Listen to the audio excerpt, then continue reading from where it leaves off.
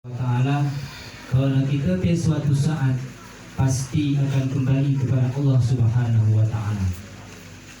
Yang kedua, khusus kerana tebakan ahli musibah, tebakan anak-anakku di rumah dah, mungkin sekadar warino sembahyang let kita tadingkan dengan berpulangnya ke rahmatullah orang tua yang kita cintai ini, orang tua yang kita sayangi ini. Tingkatkan amal ibadah terutama sembahyang 5 waktu sehari semalam. Karena sembahyang dia Allah wajibkan bantu. Inna salata kanat 'alal mu'minin kitaban mawquta. Sesungguhnya salat itu diwajibkan bagi tiap-tiap muslim dan muslimat dan telah ditentukan waktu-waktu. Tentang pentingnya masalah sembahyang dah, sehingga Nabi pun mengatakan di dalam sebuah hadis bahwasanya amalan yang paling pertama yang Allah minta hisabnya pada hari kiamat kelak adalah ibadah solat. Desa andainya sembahyang ke majlis kita lakukan, sempurna kita lakukan, insya Allah amalan-amalan selain zakat ke, puasa ke, sedekah ke akan diterima oleh Allah Subhanahu wa Ta'ala. Tetapi sebaliknya, desa andainya sembahyang tidak majlis kita lakukan, tidak sempurna kita kerjakan, maka seluruh amalan yang lain, zakat ke, puasa ke, sedekah ke, akan ditolak oleh Allah Subhanahu wa Ta'ala. Tentang pentingnya masalah sembahyang, sehingga Nabi juga memberikan ancaman bagi orang-orang yang melalaikan sholat. Di dalam sebuah hadis beliau pernah katakan, barang siapa sengaja meninggalkan sholat fardu walaupun 1 kali salat, maka akan ditulis namanya di pintu neraka dan wajib dia masuk di pintu tersebut. Dan pentingnya masalah perkara sembahyang dia kewajiban dia tu sampaikan kepada anak-anak putri di rumah dia ahli musibah. Di dalam sebuah sejarah, ketika sahabat Nabi sedang sembahyangkan jenazah, kain jenazah dia bergerok-gerok. Kemudian sahabat melihatnya ke dalam, terlihatlah ada seekor ular lagi menghisap darah mayat. Singkat cerita, sahabat dia sikil mukul, sikil membunuh ular ini di peda. Dengan izin Allah di peda bisa mengucapkan 2 kalimat syahadat. Dan dia mengatakan kepada sahabat Nabi, kai sebabnya kenin hendak memukul dan membunuhku, sementara saya diperintahkan Allah untuk menghisap darah mayit sampai pada hari kiamat. Kaikin kesalahannya sehingga engkau menghisap darahnya sampai pada hari kiamat. Lihat dulu kesalahannya.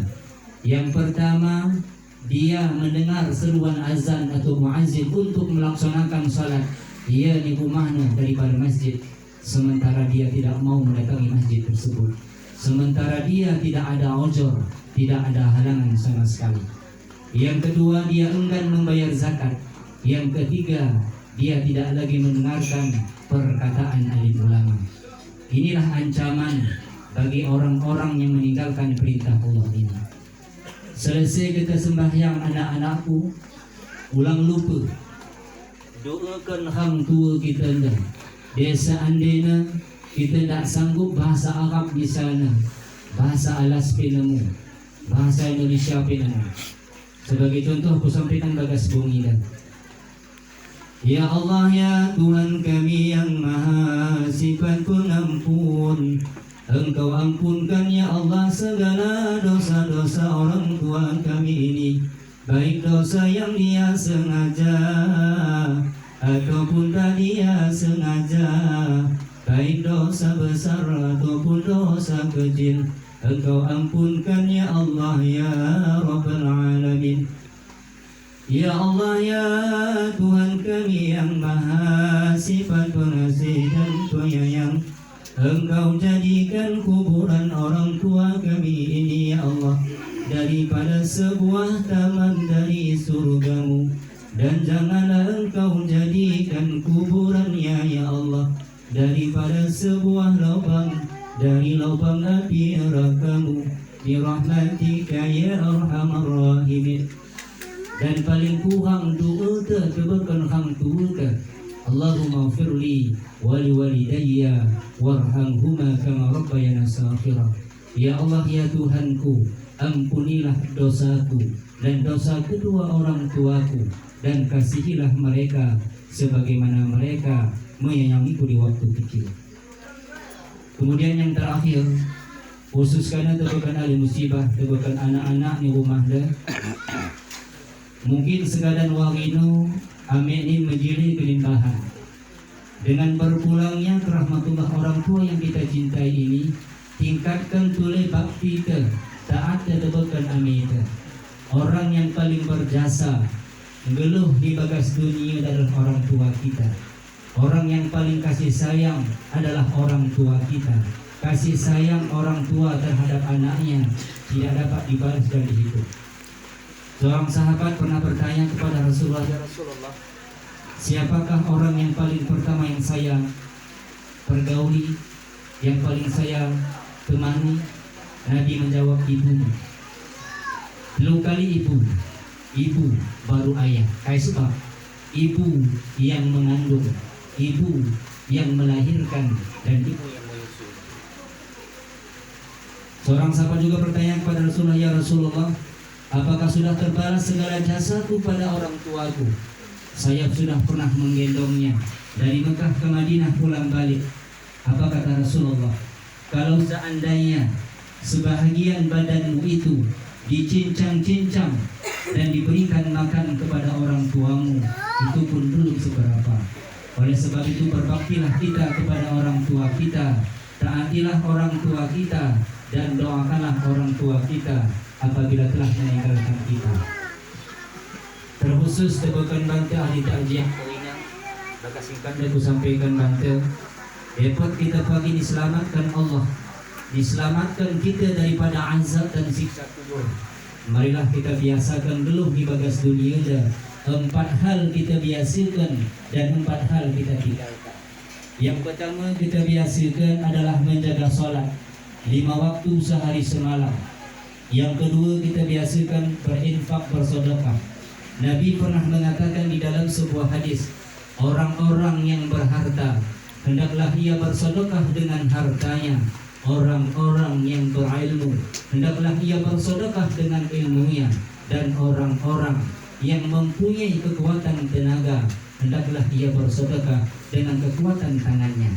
Dan Nabi juga mengatakan di dalam hadis yang lain, apabila telah meninggal anak Adam, terputuslah segala amalan terkecuali 3 perkara. Yang pertama adalah sedekah jariyah, yang kedua adalah ilmu yang bermanfaat, dan yang ketiga anak yang soleh yang dapat mendoakan orang tuanya.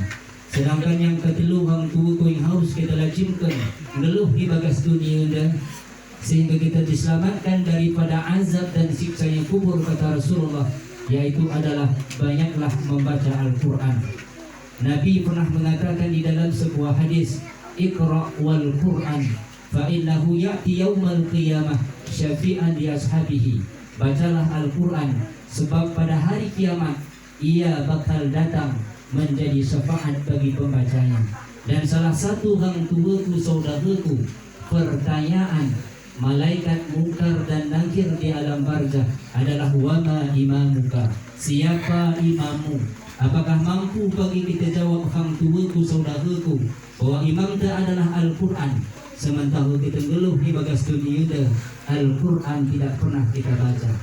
Kemudian yang terakhir yang kita biasakan, yang keempat, kata Rasulullah, dapat kita bagi diselamatkan daripada azab dan siksanya kubur adalah perbanyaklah membaca tasbih. Nabi pernah mengatakan di dalam sebuah hadis, perbanyaklah kamu membaca tasbih, karena tasbih itu dapat melapangkan kuburanmu dan memberikan cahaya bagi pembacanya. Kemudian 4 yang harus kita tinggalkan, kata Rasulullah,